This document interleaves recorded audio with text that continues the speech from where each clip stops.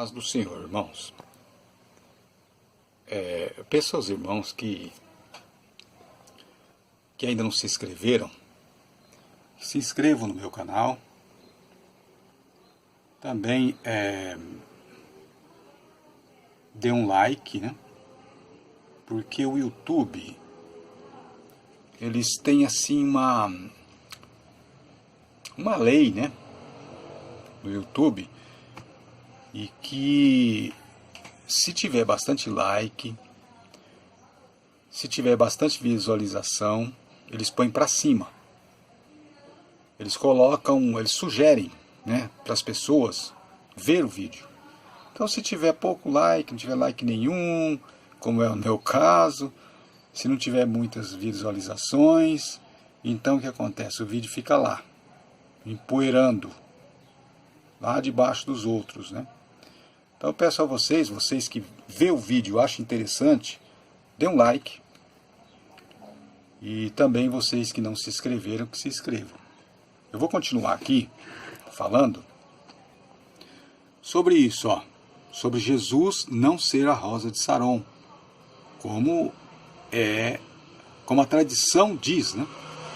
E tem hino que fala, Lírio dos Vales, rosa de Saron, é Jesus. Então cresceu, começou e depois cresceu essa crença de que Jesus seria a rosa de Saron. E eu mostrei nesse vídeo aqui, ó, até coloquei aqui um layout, né, a mulher cheirando a rosa, ali cheirando não, né, olhando para a rosa. Isso daqui é um conto da carochinha, né, a Bela e a Fera. Por quê? Porque dizem que a besta é um homem. E não é. Eu falo aqui nesse vídeo aqui, ó. Mas eu vou falar agora sobre essa questão aqui que foi pouco falado no vídeo aqui, ó. Né? Foi pouco falado. Sobre Jesus ser a rosa de Saron. Então eu vou continuar aqui para falar sobre isso. Porque de repente tem alguém que vai falar, ele falou aí, mas não provou nada. De repente na outra parte da Bíblia está escrito lá, Jesus mesmo falando de si próprio, como a rosa de Saron. Tem gente que não conhece a Bíblia, de repente está questionando, né? Então eu vou mostrar não só a minha opinião, como foi mostrado aqui, que Jesus não é a rosa de Saron, isso daí é uma crença que inventaram, da tradição. Então eu vou mostrar aqui no Google, né? Ó, veja aqui, o que é, né? O que é a rosa de Saron? Olha lá, a rosa de Saron é uma flor que cresce no Vale de Saron, em Israel. A rosa ou flor, porque eles não têm certeza se realmente era uma rosa ou se era uma flor, que está mencionado lá na Bíblia, né? A rosa ou flor de Saron aparece apenas uma vez na Bíblia. Aqui, ó. O texto ocorre uma vez na Bíblia só.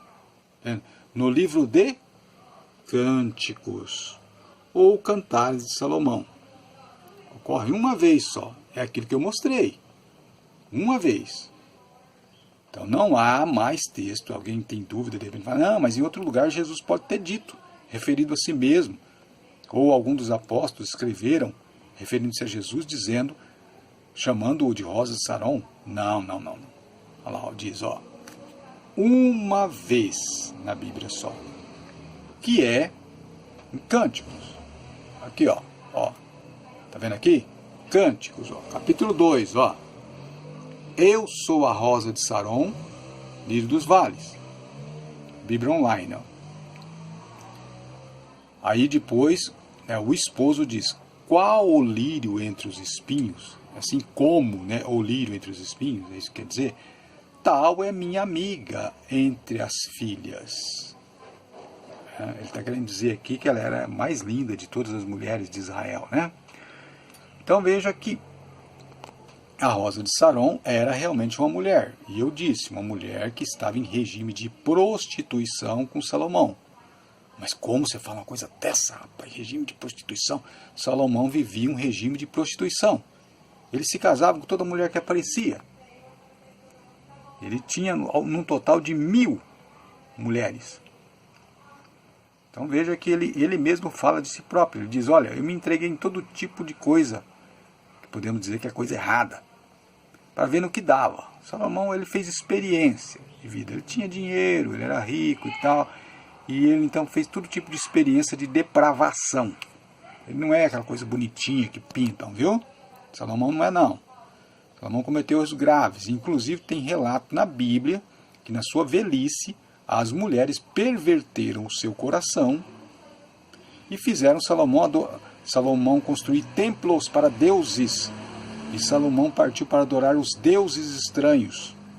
Então Salomão não é essa coisinha bonitinha que pintam, viu? Salomão, depois, pro fim da sua vida, ele foi rejeitado por Deus. Tanto é que Deus colocou outro no lugar dele. Então, tem gente que lê a Bíblia lá por cima e não sabe das coisas. Outra pessoa também, mas eu vou continuar aqui ainda nessa questão da Rosa de Sarão, depois eu vou comentar sobre Esther, que também é tido como uma mulher bonitinha, uma princesa que se casou com um rei, Assuero, salvou Israel, tal. Então eles não veem o lado real da coisa. Eu vou falar também sobre Esther. Vocês vão ficar espantados. Por quê? Porque a tradição pinta de um jeito, a realidade é outra. Mas por que, rapaz, que você fica tentando quebrar a tradição? Por que você fica... Se a tradição diz que Esther é a bonitinha, a princesinha, deixa ela quieto. Se a tradição fala que Jesus é a Rosa de Saron, lírio dos vales, por que você não deixa quieto, rapaz? Tá bom assim. Não. Vamos para a realidade. Vamos deixar a fantasia. Vamos deixar essa coisa essa fantasiosa. Principalmente aquela questão lá de que a besta é um homem. Sabe, essa coisa fantasiosa aí. Porque é bonito, porque, ai que bom, vai vir um homem, Jesus vai derrotar esse homem. Entenda que homem não é páreo para Cristo. Imagine, Jesus desce do céu para vencer um homem. Jesus está na condição de Deus. Como é que Deus vai lutar com um homem? A besta não é um homem. A besta são todas as nações. Aí sim, por quê? Porque Jesus...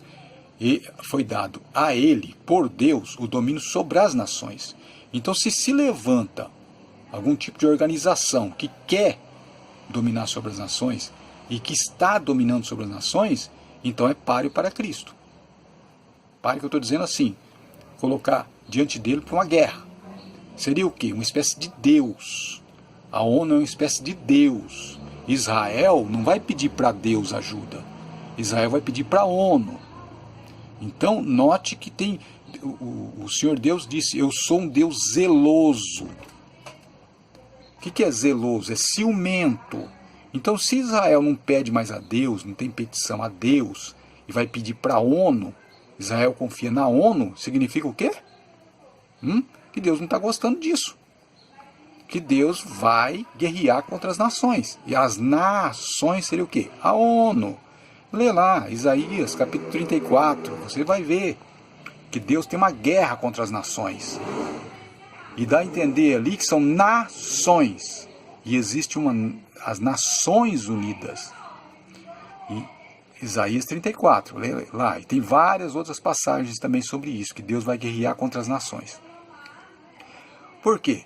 Porque Israel não busca mais a Deus. Israel agora acredita na ONU. Entende? Outra coisa também, não sei se vocês prestaram atenção, vocês que não fizeram isso, não prestaram atenção, busque aí, porque agora é tudo fácil, né? Aí no Google, busca aí o hino de Israel, com legenda, conforme vai cantando, vai aparecer a legenda lá. Você não vai achar a palavra Deus no hino de Israel.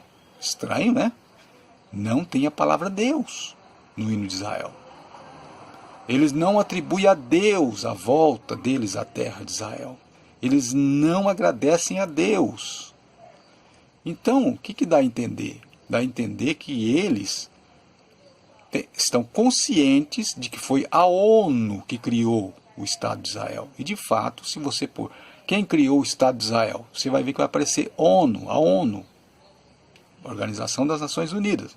Então quer dizer que não foi Deus que criou o Estado de Israel, então foi a ONU. Foi esse Deus que criaram, essa instituição, porque antigamente os deuses era isso, eram instituições, e eram denominados como deuses, eles faziam uma estátua para representar. Então hoje, né, se for considerar em termos antigos, a ONU seria um Deus que se faz petições, um Deus em que as pessoas se inclinam diante desse Deus. Deus tem bandeira, a bandeira representa a imagem, né? O Estado tem bandeiras, imagem. Essa bandeira é elevada e canta-se um hino que fala de suas glórias. Então, o que hoje é representado como Estado, que tem sua bandeira e seus hinos, antigamente era chamado de deuses. Então tem gente que está adorando deuses aí e não sabe.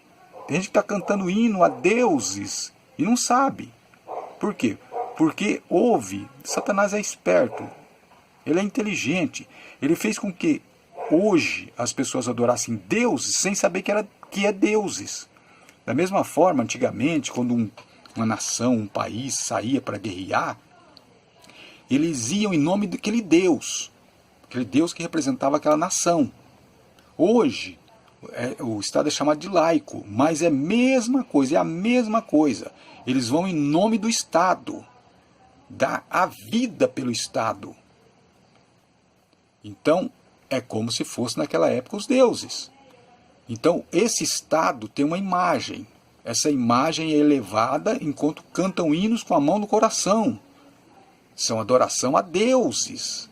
Cada Estado tem um Deus que a representa, através da imagem da bandeira.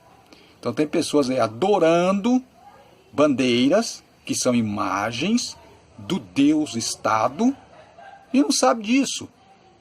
E cantam com a mão no coração, né? E o Estado, na verdade, ele é tido como mais do que Deus. Por quê?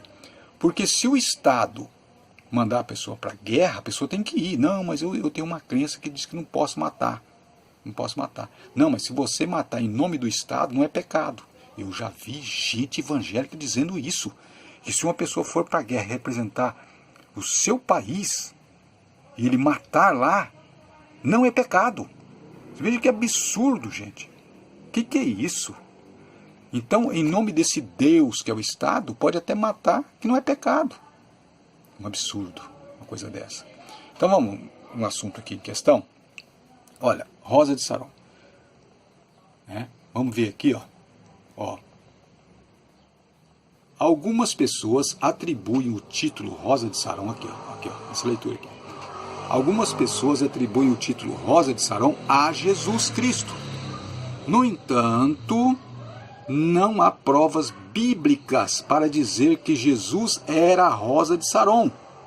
Vendo? Confirmando o que eu disse. Uma opinião fora da minha, ó. Uma outra versão refere-se ainda que o diálogo simboliza Jesus Cristo e a sua igreja. Uma outra versão. Então, o que acontece? A Rosa de Saron pode ser Jesus Cristo ou pode ser a igreja também, né? Por quê? Porque a rosa é bonito, né? Ela é bonita, então pode ser isso. Aqui tem mais coisa. A Bíblia não diz, a Bíblia não diz que Jesus é a Rosa de Saron. Aqui comenta. Se eu buscar aqui, então vai aparecer algum comentário aqui, ó. Tá vendo? As pessoas também perguntam, ó, qual é a verdadeira Rosa de Saron, onde tem Rosa de Saron, tal. Tem umas perguntas aqui que eu não vou buscar isso aqui agora. Então eu vou avançando aqui. Eu vou mostrar por quê. Ó, uma coisa que ninguém nunca comentou, hein? No meu canal aqui eu costumo falar coisa que ninguém nunca falou. Eu não gosto de ficar requentando coisa, ficar copiando coisa de outro canal aqui mostrando. Né? O que eu falo aqui é inédito. O que eu vou comentar aqui agora, vocês nunca ouviram falar, nunca chegaram a essa conclusão. Por que Jesus é chamado de Rosa de Saron? Porque alguém pode perguntar assim, vem cá, mas do nada inventaram isso, que Jesus é a Rosa de Saron? Pegaram o texto lá de Cânticos e simplesmente disseram, ó, Jesus falou isso? Por que fizeram isso? Gente, eu vou contar para vocês uma coisa muito séria. Toda mentira, veja bem a frase que eu vou falar aqui. Toda mentira tem um fio de verdade. toda mentira tem um fundo de verdade, tem alguma coisinha lá que é verdade. Principalmente se for o engano. Satanás engana o mundo. O que é o engano? O engano é quando mistura a verdade com mentira. Por exemplo, o engano pode ser 80% de verdade e 20% de mentira. Por quê? Porque as pessoas vão procurar para ver se faz sentido. Então, de repente, o engano é 80% de verdade, 20% de mentira só.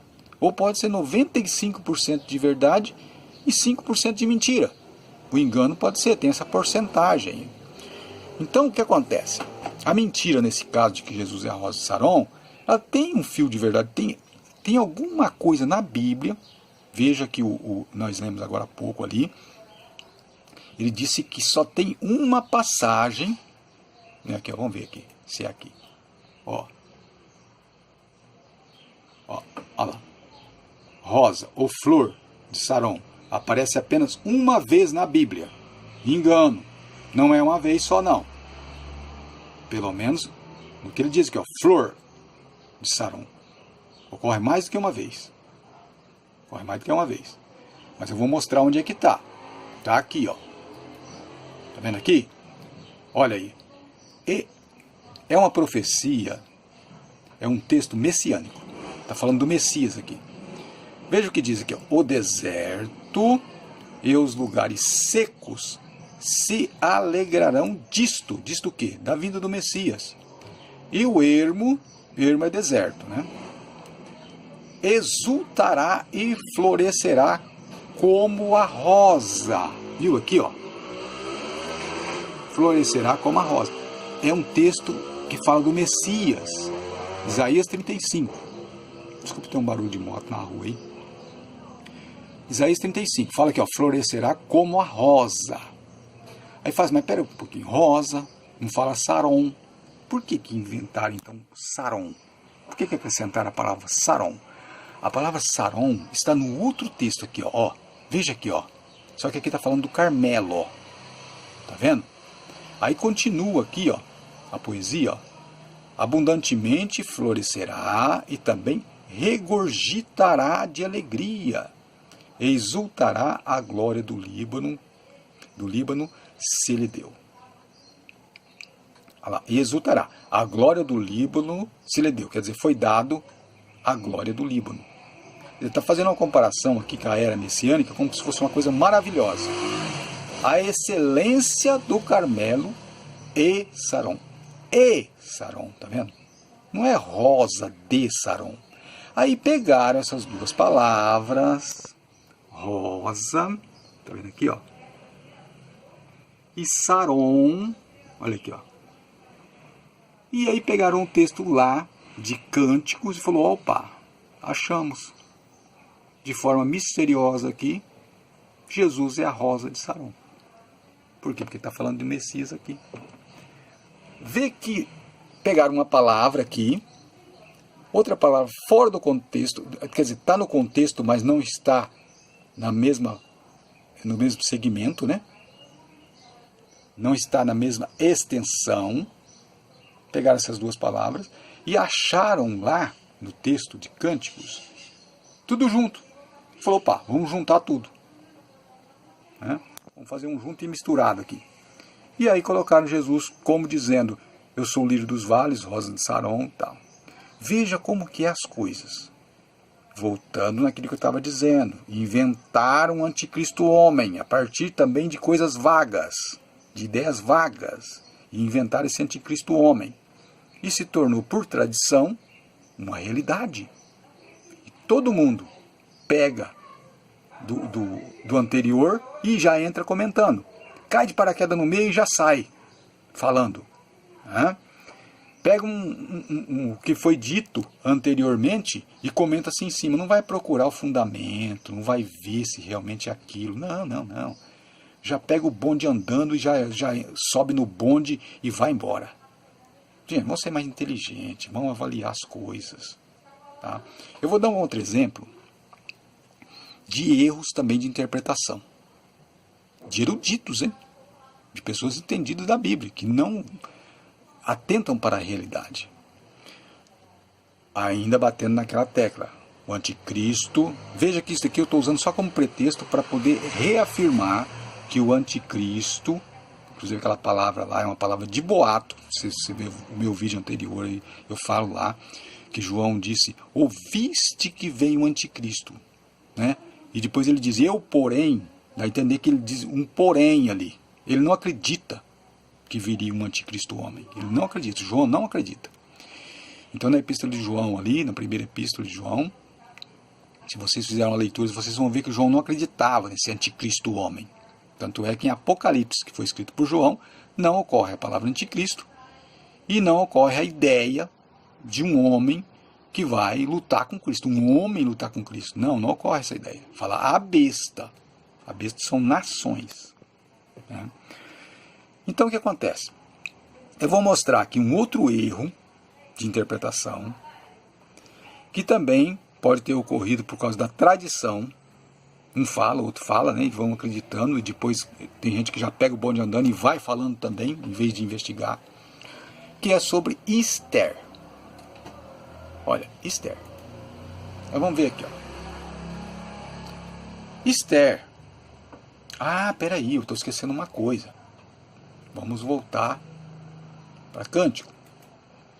Vocês sabiam que nesse livro aqui, ó, Cântico, não tem o nome de Deus? Só tem 2 livros na Bíblia. A Bíblia tem 66 livros. Só tem 2 livros na Bíblia que não tem o nome de Deus.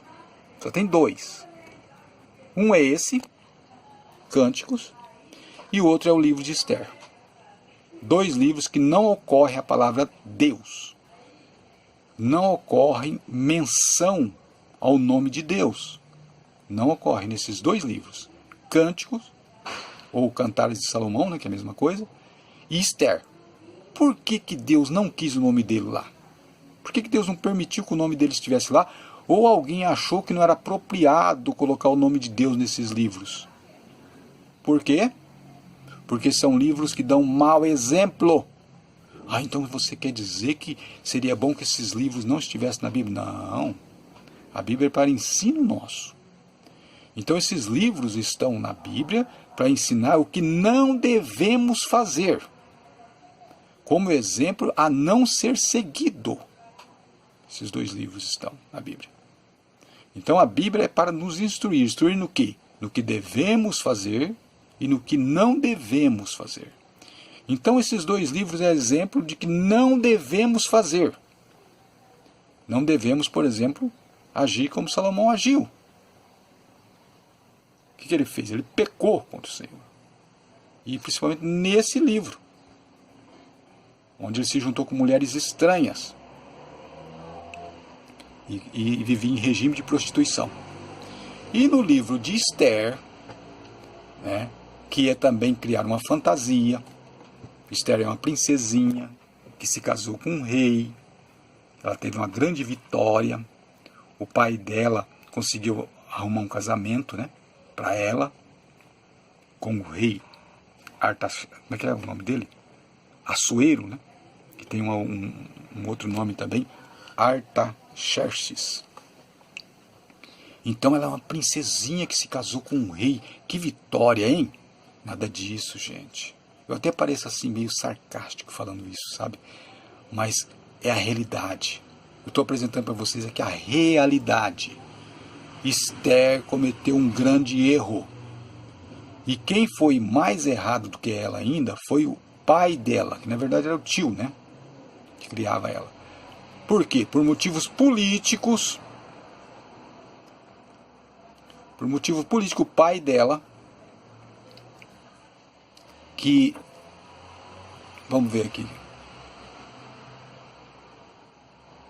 olha, vindo, pois, o rei com Amã é aquele inimigo, né, lá que queria destruir, acabar com a nação de Israel, que estava lá, né, exilada ali na terra do rei, né, para beber com a rainha Esther. Ó, vindo, pois, o rei com Amã é uma espécie de governante que governava junto com o rei, né? Um homem importante lá, né?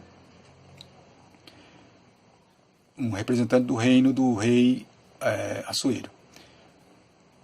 Vindo, pois, o rei com Amã para beber com a rainha Esther. Olha só aqui, gente, o que está dizendo aqui, ó, livro de Esther, capítulo 7. Olha o que está dizendo aqui, ó. Para beber com a rainha Esther? Beber? Ué, mas o que é isso? O rei, junto com o governante, né, do próprio reino dele, mas era governante, e quando vinha também outros reis, eles faziam o quê? Eles bebiam com a rainha Esther. Bebiam o quê? Vinho. Ah, tá te fazendo lembrar o capítulo 17 de Apocalipse, né? Fazendo lembrar? Pois então, ela dava do cálice a beber aos reis da terra. Olha aqui, ó. Coisa que ninguém nunca viu, nunca notou, ó. Que na verdade lá em Apocalipse capítulo 17, quando fala de uma meretriz, está falando de Israel. Lá é Israel, lá é Jerusalém, gente. Lá está falando de Jerusalém. E a rainha Esther, aqui é uma figura disto, ó. Ela bebia com os reis. Agora fala, mas por que ela bebia? Espera um pouquinho, quer dizer que ela convidava na casa dela, lá, para beber junto com ela? Ela era que servia a cachaçada para eles lá? Era um boteco? O que era? Alguém não vai entender porque eu bebia com a rainha Esther. Acontece, gente, que esse casamento aí, que é floreado em filmes, sabe? A rainha Esther, aquela princesinha, junto com o rei, ali um rei, um jovem, né? Tudo cheio de fantasia, ele parece a Branca de Neve com o príncipe. Não é nada disso, gente, não é nada disso. O rei Assuero era um velho safado. Ele tinha várias mulheres, ele tinha um harém. E a rainha Esther, na verdade, era mais uma, era só mais uma, que substituiu Vasti. Cada dia era uma mulher. Quando Esther foi lá, quer ver prova disso? É quando Esther precisava falar com o rei, porque descobriu a trama de Amã, que Amã queria, que Amã tinha autoridade ali, né? E ia mandar um ataque sobre o povo judeu, e o rei não estava nem aí, porque ele não tinha afeição pelos judeus. Então o que acontece? Apesar de estar lá no reino dele, né? Então o que acontece? A rainha tinha que falar com o rei. E ela tinha medo de ir lá falar com o rei. Mas por que ela tinha medo, gente? Vamos aqui, ó. Quer ver que capítulo que vai ser aqui?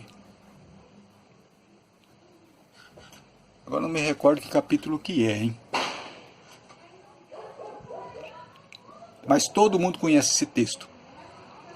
Então, como eu não quero tirar dessa tela aqui, eu vou mencionar aqui. Pessoa que conhece pouco a Bíblia já sabe ou já ouviu falar em pregação.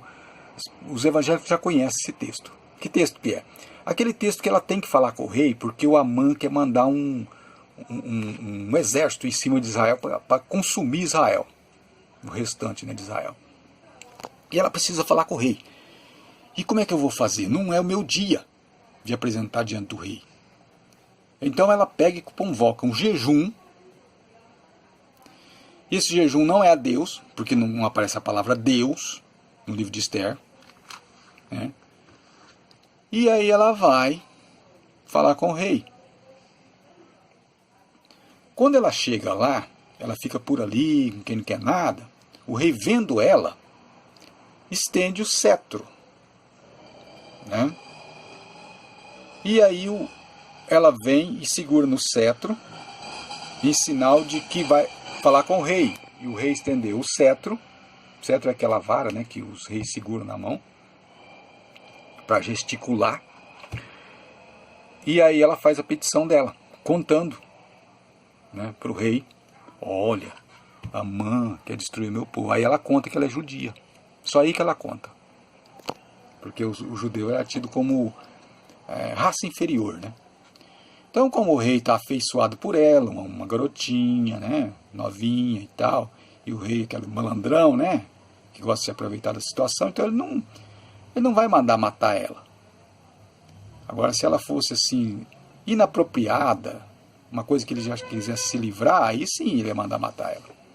Mas não, então ele aceita a petição dela. E impede Amã de destruir o resto de Israel. Tanto é que ela é tida como heroína. Tem uma festa de Purim, que é homenagem a Esther. Só que Esther cometeu pecado grave. Por que ela cometeu pecado grave? Porque é proibido na lei, todo judeu sabe disso, que qualquer filha de Israel se casasse com pagãos. Por quê? Porque esses pagãos iam levar as filhas de Israel a adorar deuses. Não, rapaz, mas você não está entendendo. Esther, ela não adorava deuses. Tem gente que viaja, né? Não, Esther convenceu o rei a se converter ao Deus de Israel. Gente, para com isso. Não foi isso que aconteceu. Esther, depois que se casou, ela se sujeitou aos deuses daquela nação. Quando esse rei ia diante do seu Deus fazer petição, ou se inclinar diante desses deuses, e fosse o dia de Esther, Esther tinha que ir também. Esther tinha que estar junto com o rei ali, se inclinando diante dos deuses. Mas não está escrito na Bíblia? Claro que não. Também não está escrito na Bíblia os filhos de Esther.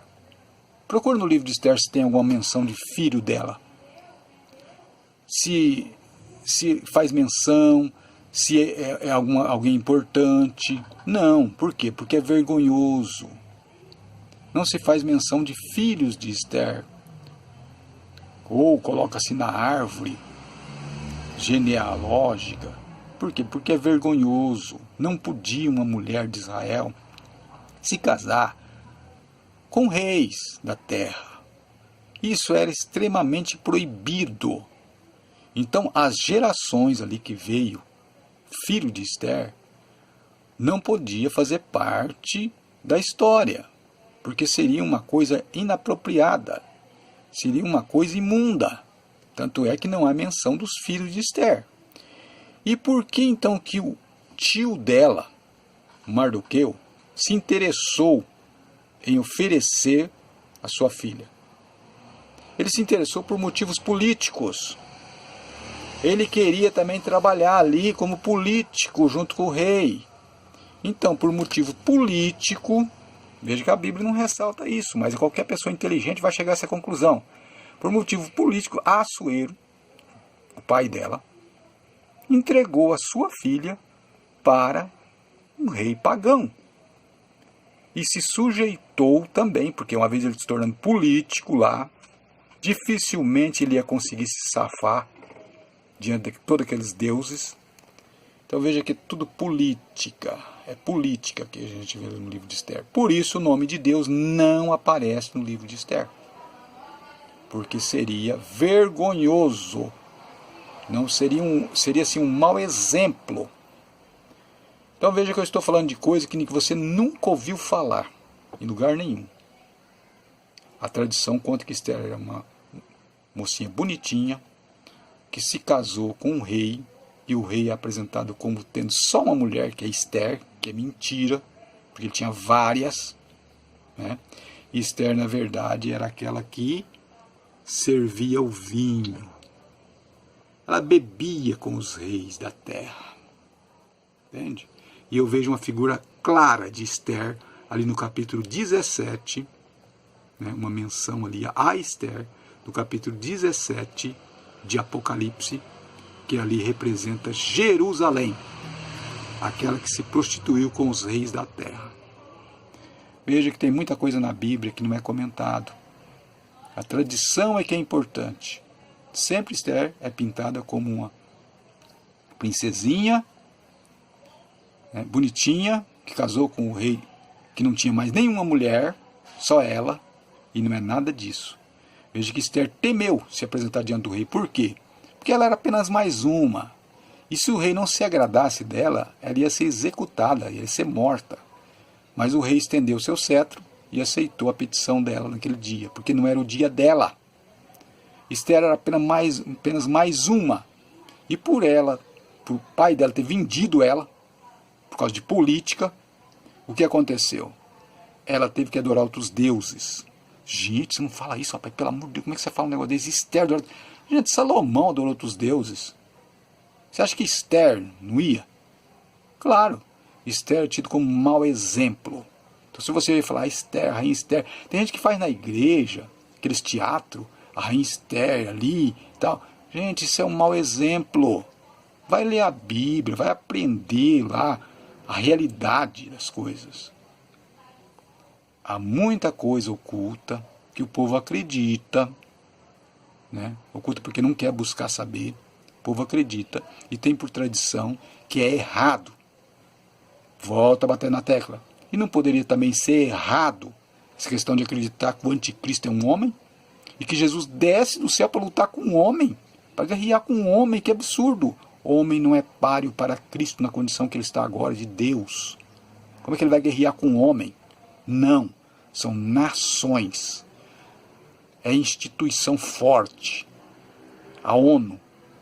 Veja bem, capítulo 13, versículo 4 de Apocalipse. Por que diz? Diz, quem é semelhante à besta? Quem poderá batalhar contra ela? Ou seja, a besta é tão forte que não existe instituição no mundo que pode vencê-la. Para existir uma coisa tão forte, que não exista uma instituição no mundo para vencer, o que é? Seria as Nações Unidas. Quando as nações se unem, se torna impossível de ser vencida. Exemplo disso nós lemos capítulo 11. Né? Capítulo 11, eu vou pôr aqui, vou buscar aqui, ó. Gênesis capítulo 11.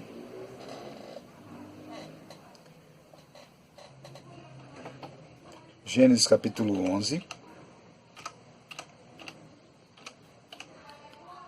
Gênesis 11. Olha aqui. Veja aqui ó, vai falar da Torre de Babel. A ONU é um tipo de Torre de Babel moderna. Era toda a terra de uma mesma língua, de uma mesma fala. E aconteceu que, partindo eles do Oriente, todo aquele povo, né, acharam um vale na terra de Sinear. Terra de Sinear é Babilônia, viu? Lugar onde se estabeleceu Babilônia. E habitaram ali. Por isso que em Apocalipse fala da Babilônia. Babilônia, lembrando o quê? Lembrando a Torre de Babel. E disseram uns aos outros. Depois que ficaram um tempo ali, eles falaram, gente, vamos fazer uma coisa, olha lá, ó. Eia, façamos tijolos e queimemo-los bem.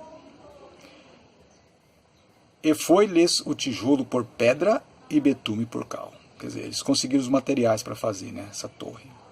Olha lá. E disseram, eia, edifiquemos nós uma cidade, uma torre cujo cume toque os céus, que ficou chamado de Torre de Babel, né? Para que não sejamos espalhados sobre a face da terra. Veja, que depois que eles tiveram essa ideia de fazer uma espécie de ONU, de se juntar, para ficar todo mundo junto, Deus não gostou. Olha lá, ó. Então desceu o Senhor para ver a cidade e a torre que os filhos dos homens edificavam. E disse, eis que o povo é um. Vamos dizer assim, a ideia seria o seguinte, um anjo observou o que os homens estavam fazendo e foi dar a mensagem a Deus. Essa seria a ideia. E todos têm a mesma língua. E isso que começaram a fazer, olha que coisa interessante aqui, ó. E isso que começaram a fazer, eu vou apagar a luz aqui, porque parece que essa luz aqui está atrapalhando um pouco, ó.